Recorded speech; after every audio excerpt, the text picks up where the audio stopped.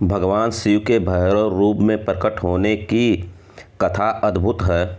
एक बार सुमेरु पर्वत पर देवताओं ने ब्रह्मा जी से प्रश्न पूछा, हे परमपिता, इस चराचर जगत में अविनाशी तत्व कौन है जिनका आदि न अंत किसी को भी पता न हो? ऐसे देव के बारे में हमें बताने का कष्ट करें। इस पर ब्रह्मा जी ने कहा कि इस जगत में अविनाशी तत्व तो केवल मैं ही हूँ, क्योंकि यह सृष्टि मेरे ही द्वारा बनाई गई है। मेरे द्वारा संसार की कल्पना भी नहीं की जा सकती। जब देवताओं ने यह प्रश्न विष्णु जी से पूछा तो उन्होंने कहा कि मैं इस चराचर जगत का भरण पोषण करता हूँ, अतः अविनाशी तत्व तो मैं ही हूँ। इसे सत्यता की कसौटी पर परखने के लिए चारों वेदों को बुलाया गया।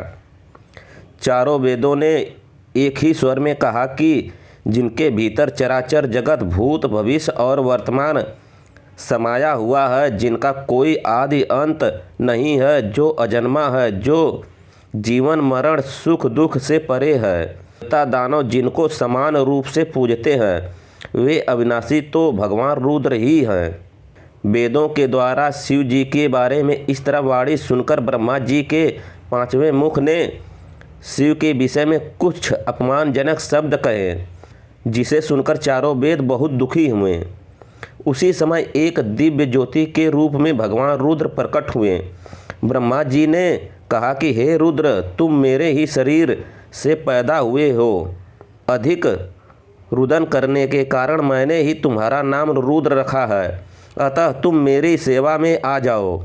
ब्रह्मा जी के इस आचरण पर शिव को भयानक क्रोध आया और उन्होंने भैरव नामक पुरुष को उत्पन्न किया और कहा कि तुम ब्रह्मा पर शासन करो। उस दिव्य शक्ति संपन्न भैरव ने अपने बाएं हाथ की एक छोटी सी अंगुली के नाखून से शिव के प्रति अपमानजनक शब्द कहने वाले ब्रह्मा के पांचवें सिर को काट दिया, जिसके परिणाम स्वरूप उन्हें ब्रह्म हत्या का पाप लग गया। शिव के कहने पर भैरव ने काशी प्रस्थान किया, जहां उन्हें ब्रह्म हत्या से मुक्ति मिली। शिव पुराण में बताया गया है कि एक बार ब्रह्मा विष्णु स्वयं को भगवान शंकर की माया से प्रभावित होकर श्रेष्ठ मानने लगे। इस बारे में जब वेदों को पूछा गया तो उन्होंने शिव की श्रेष्ठता और परम तत्व कहा, लेकिन ब्रह्मा व विष्णु उनकी बात को खंडन किया। साथ ही ब्रह्मा ने शंकर जी की निंदा की।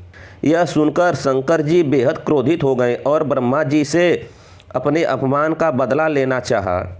शिव जी ने क्रोध में आकर अपने रौद्र रूप से काल भैरव को जन्म दिया।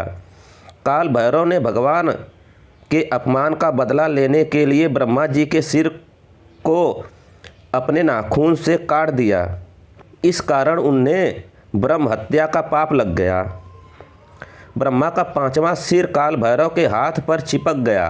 साथ ही वे उनका सिर काटने के चलते काल भैरव को ब्रह्म हत्या का पाप लग गया।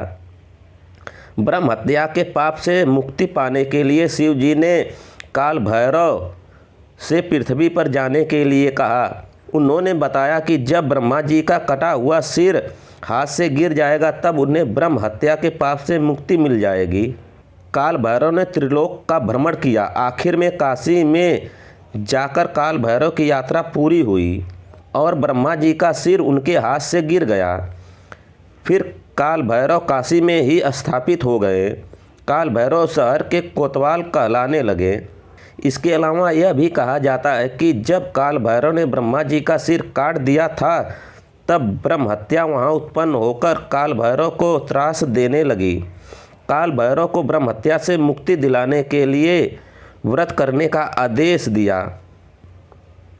साथ ही शिव जी ने कहा कि जब तक यह कन्या वाराणसी पहुँचे तब तक तुम भी भयंकर रूप धारण करो और उसके आगे जाओ। वाराणसी ही एकमात्र जगह है जहाँ तुम्हें इस पाप से मुक्ति मिल सकती है। जब काल भैरव वाराणसी पहुँचे तो ब्रह्म हत्या पाताल में चली गई और इस तरह काल भैरव को ब्रह्म हत्या के पाप से मुक्ति मिली।